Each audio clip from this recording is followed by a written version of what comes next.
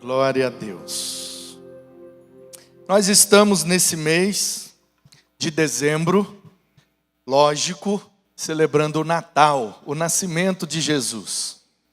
O título da nossa cantata, do musical de Natal esse ano, que está imperdível, é O Amor Nasceu. Trocando aí então o nome Jesus pelo nome ou pelo termo amor. E nós estamos fazendo um exercício, já que na cantata e no tema desse mês nós trocamos Jesus por amor, então nós estamos lendo 1 Coríntios capítulo 13, trocando amor por Jesus. De forma que fica assim a leitura de 1 Coríntios 13. Ainda que eu falasse todas as línguas dos homens, dos anjos, se não tiver Jesus, serei como o bronze que soa ou como o símbolo que retine. Ainda que eu tenha o dom de profetizar e conheça todos os mistérios e toda a ciência, ainda que eu tenha tamanha fé a ponto de transportar montes, se não tiver Jesus, nada serei. Ainda que eu distribua todos os meus bens entre os pobres e ainda que entregue o meu próprio corpo para ser queimado, se não tiver Jesus, isso de nada me adiantará. Jesus é paciente, Jesus é bondoso, Jesus não arde em ciúmes, Jesus não se envaidece, Jesus não é orgulhoso. Jesus não se conduz de forma inconveniente. Jesus não busca os seus interesses, Jesus não se irrita, Jesus não se ressente do mal. Jesus não se alegra com a injustiça, mas se alegra com a verdade. Jesus tudo sofre, tudo crê, tudo espera e tudo suporta. Jesus jamais acaba. Havendo profecias desaparecerão, havendo línguas cessarão, havendo ciência passará, pois o nosso conhecimento é incompleto e a nossa profecia é incompleta. Mas, quando Jesus vier, e Ele é completo, então o que é incompleto será aniquilado. Quando eu era menino, falava como menino, sentia como menino, pensava como menino. Quando cheguei a ser homem, desisti das coisas próprias de menino. Porque agora vemos como num espelho, de forma obscura. Mas um dia veremos Jesus face a face. Agora meu conhecimento é incompleto, mas depois que Jesus vier, conhecerei a Ele como também sou conhecido por Ele. Agora, pois, permanecem três coisas: a fé, a esperança e Jesus. Porém, o maior deles é Jesus. Amém? Chega a arrepiar, né? Coisa linda essa poesia de Paulo. Portanto, queridos, é isso que a gente está vendo, é isso que a gente está aprendendo, é isso que Jesus está nos desafiando nesse mês de dezembro. A gente olhar para Ele como amor e aprender a amar com Ele. Não somente aprender a amar com Ele, mas também aprender a amar com o amor dEle, que é o amor ágape. Não é o eros, um amor de intimidade entre um homem e uma mulher. Não é o philos, que é de amizade, gostar da companhia. Não é estorguê, de laços familiares, biológicos. O amor de Jesus é o amor ágape. É o amor sacrificial, incondicional. está disposto a se sacrificar para fazer o bem àquele que não merece. Esse é o ágape, esse é o amor de Jesus, e é esse o amor que Jesus é. Portanto, o amor nasceu e cresceu. E aí a gente já viu que o amor é necessário. Jesus é necessário. Ai de nós, se não fosse Jesus. Já vimos que o amor é paciente e benigno, assim como Jesus, longânimo e cheio de benignidade, capacidade de nos fazer o bem, mesmo que a gente não seja bom. Jesus é manso e humilde de coração e nos manda tomar sobre nós o jugo que é dele, pois o seu fardo é leve, o seu jugo é suave. E sendo manso e humilde, ele diz: vinde a mim, todos os que estão cansados e sobrecarregados, e eu vos aliviarei. E ele diz de si mesmo: eu sou manso e humilde. E hoje nós vamos ver que o amor é justo e verdadeiro. Versículo 6, que nós acabamos de ler, diz que o amor não se alegra com a injustiça, mas se alegra com a verdade. É exatamente assim que está escrito na Nova Almeida Atualizada. O amor não se alegra com a injustiça, mas se alegra com a verdade. Portanto, queridos, eu quero substituir o não se alegra com a injustiça por é justo. O amor não se alegra com a injustiça, portanto o amor é, eu quero trocar o se alegra com a verdade por verdadeiro. Então a gente poderia dizer que esse versículo diz: o amor é justo e verdadeiro. A palavra grega que aparece aí para injustiça é esta palavra aí. Alguém se arrisca a dizer o que está escrito ali? Essa está fácil, né?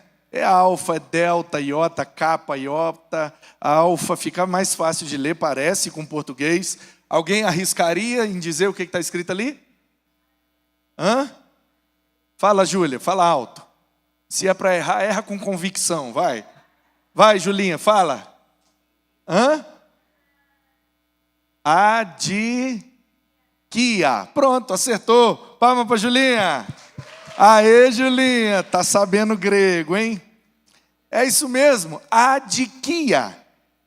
Porque de que no grego é justiça, é justo, algo que é correto, algo que cumpriu todas as regras, algo que saiu ileso de qualquer tipo de distorção.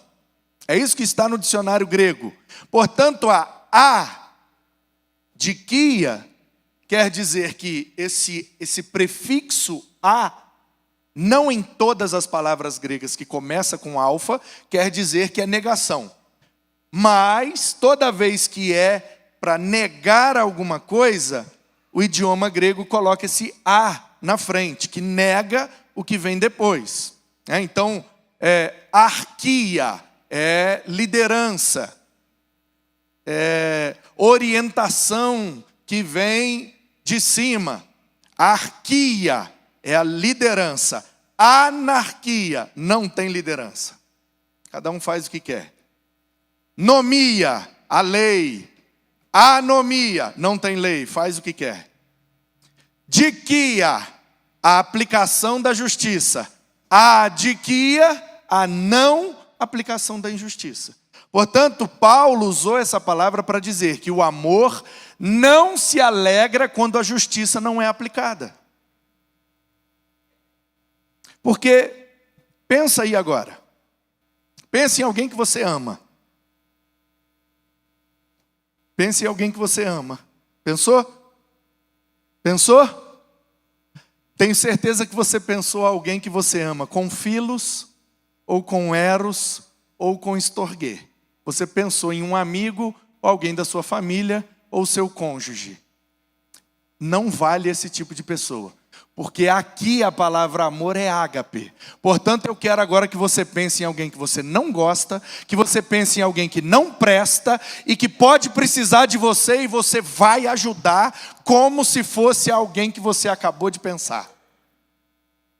Pensou nessa pessoa aí? Pois bem, o que Paulo está dizendo é: quando a gente não age com justiça, a gente não está exercendo o amor ágape. Porque é muito fácil a gente ser injusto com quem a gente não gosta. Sim ou não? Eu não gosto mesmo. Vamos falar um português claro? Se lasque para lá. Eu tinha um amigo na minha infância. Ai, meu Deus. Mineiro tem umas expressões, né? Eu acho maravilhoso mineiro. Eu acho o fato de ter nascido, crescido naquela cultura ali, eu acho maravilhoso. E às vezes eu falo por causa disso, né? Esses dias eu estava pregando aí numa assembleia de uma convenção estadual e tal, e enfim, um evento grande, e depois um irmão lá, eu acho até que ele era pastor. Ele veio falar comigo que eu precisava... E primeiro ele elogiou, né? Ele está bem treinadinho. Ele elogiou primeiro, falando que foi muito bom e tal, e papapá. Mas ele queria recomendar que eu, estudasse um pouco mais da língua portuguesa, para que eu praticasse melhor os plurais, né? E as concordâncias verbais e tal. Aí eu disse para ele: ô, meu irmão, muito obrigado pela sugestão, mas... eu falo assim de propósito mesmo, não é que eu não saiba nem que eu não queira, é porque é para ficar marcado que eu sou mineiro mesmo, entendeu? Porque mineiro é nós vai, nós foi, embadapia, né? Camisa de manga comprida, pondiões, né? Oncotô, proncovô, né? Nós vai, nós foi, nós fomos, nós voltemos. Então não é questão de não saber, né? É questão de fazer questão mesmo, de vou falar igual mineiro mesmo. Para poder mostrar que Deus usa as coisas loucas para confundir as sábias. E pega um menino lá de Tombos. E é isso aí. Então, esse amigo meu lá de Tombos, pelo menos ele foi a primeira pessoa que eu vi usar essa expressão. E um dia a gente estava conversando, aí alguém chegou aqui: você viu fulano, que não sei o que juntou com o Beltrano para fazer isso. Aí o amigo virou e falou assim: eu achei maravilhosa essa expressão. Própria de quem não consegue amar com amor ágape, e portanto comete uma injustiça. Esse amigo meu provou que Paulo está certo nessa teoria aí, inspirado pelo Espírito. Ele disse assim: por mim pode entrar um dentro do outro e se explodir os dois.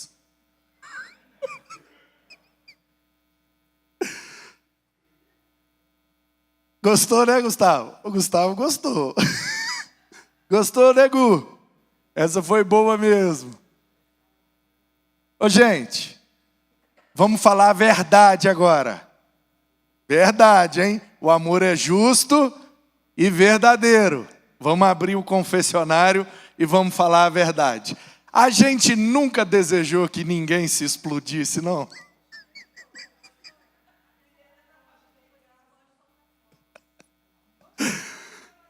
Nós somos assim, meus irmãos. Nós somos injustos.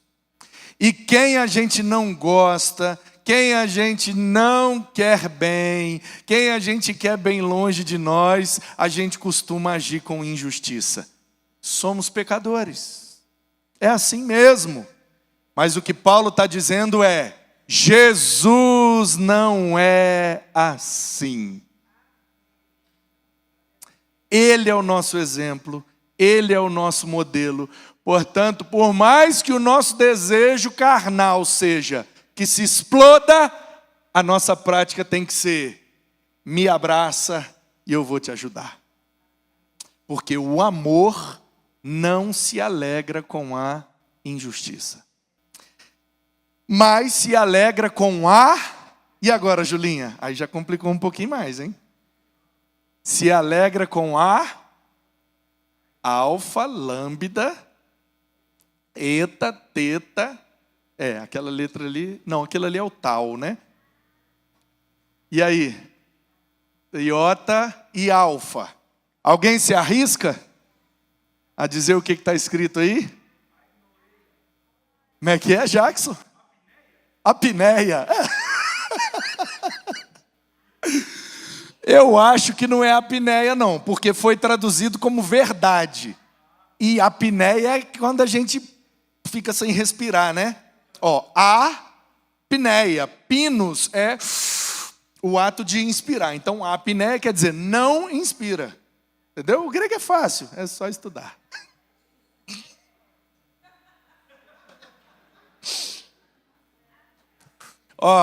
O alfa é A, tá? Essa segunda letra aí é o lambda.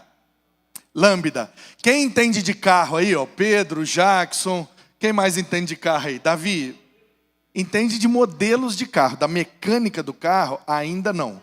Quando você tirar a carta, comprar seu carro, começar a levar no mecânico, você vai ouvir uma expressão que todo mundo que dirige há um certo tempo já deu defeito numa peça do carro chamado sonda lambda. Já ouviu isso, já? Já viu, Pedrão?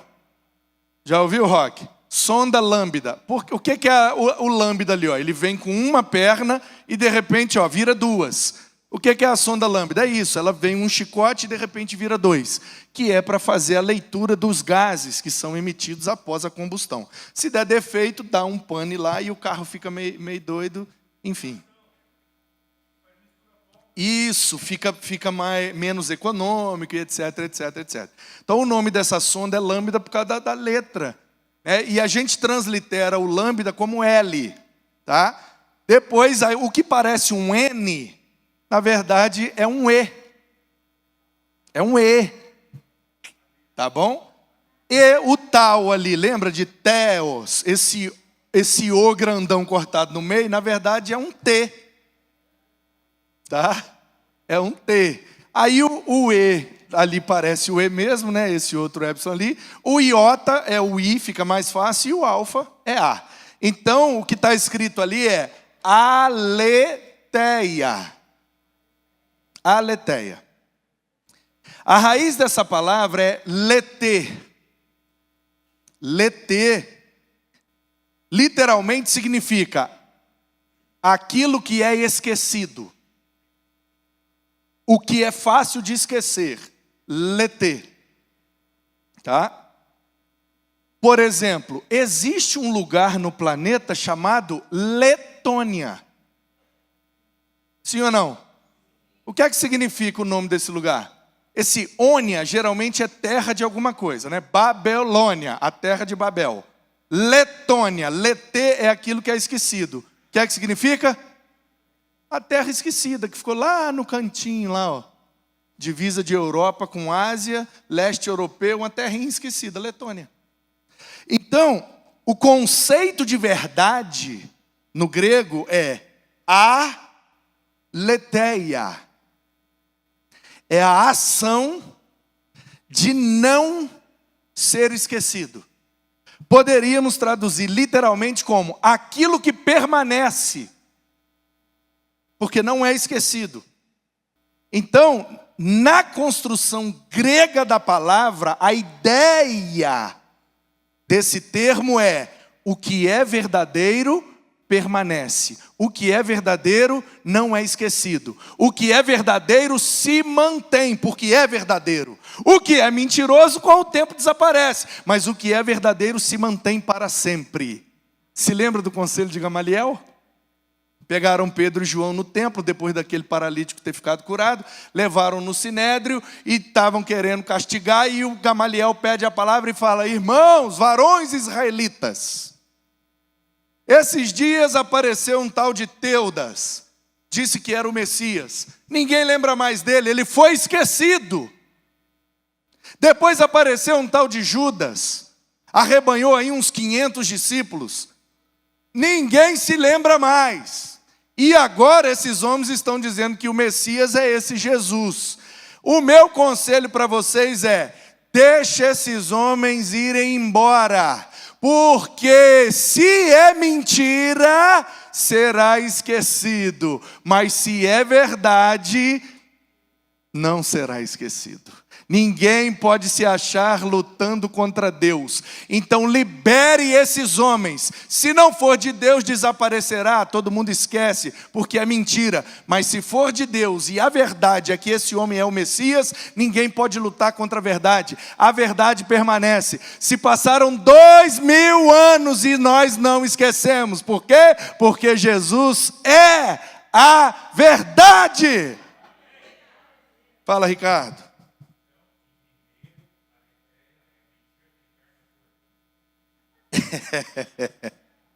Ricardo disse que no mineiro a mentira tem perna curta. É que não é todos os mineiros que tem esse R, não. É só os que faz divisa aqui com São Paulo, entendeu? Então, queridos, primeira coisa que esse versículo fala para nós é: o amor é justo. O amor é justo. E já que o nosso exercício é trocar Jesus por amor, depois trocar amor por Jesus, olha o que o João diz sobre ele. Na sua primeira carta, no capítulo 2. Meus filhinhos, escrevo-lhes estas coisas para que vocês não pequem. O ideal é não pecar. João, nós sabemos que esse é o ideal. Mas é tenso. A gente mira no ideal, mas de vez em quando a gente pisa fora da faixa. O que é que faz, João, quando a gente pisa fora da faixa? Aí vocês precisam se lembrar que vocês têm um advogado junto ao Pai. E o advogado é Jesus Cristo, o justo. Será que o amor é justo, sim ou não? Jesus é justo, sim ou não? Então, qual deve ser a nossa prática de vida para imitar Jesus e viver amando? Sermos justos, praticarmos a justiça. Porque quando a gente ama, a gente consegue ser justo. Quando a gente imita Jesus, a gente consegue ser justo. Mesmo que não seja a nossa primeira resposta, nossa primeira reação, o nosso primeiro sentimento, porque primeiro vem a carne, e aí quando a gente está cheio do Espírito, a gente consegue mortificar a carne e imitar Jesus, mesmo sofrendo um pouco. Mas o versículo diz também que o amor se alegra com a verdade, portanto o amor é verdadeiro. Será que Jesus também é verdadeiro? Ele mesmo disse: eu sou o caminho, a verdade e a vida. Ninguém vem ao Pai senão... Se o diabo é o pai da mentira, não se chega ao Pai da verdade, a não ser por meio da verdade. Olha o que João disse dele também na sua primeira carta, capítulo 5, versículo 20.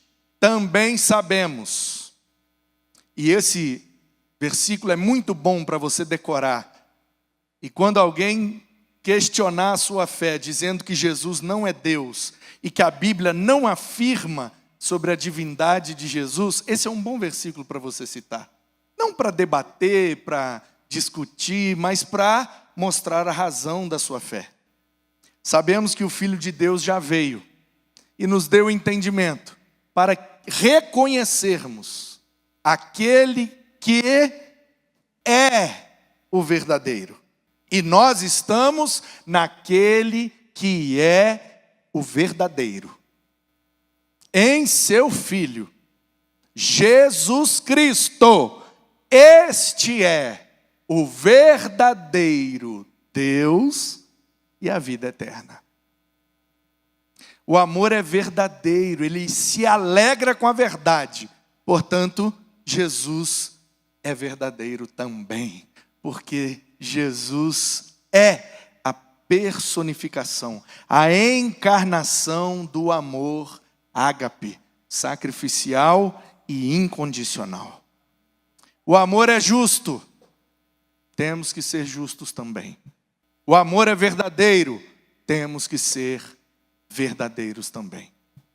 De forma que, se Jesus é justo, os seus discípulos precisam viver em justiça. Se Jesus é verdadeiro, os seus discípulos precisam viver em verdade.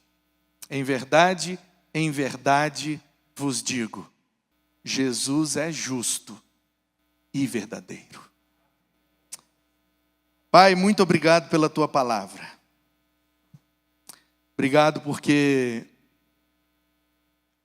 um texto escrito há quase 2000 anos atrás. Como pode, Senhor, um texto tão antigo ser mais atual do que o jornal que vai sair amanhã?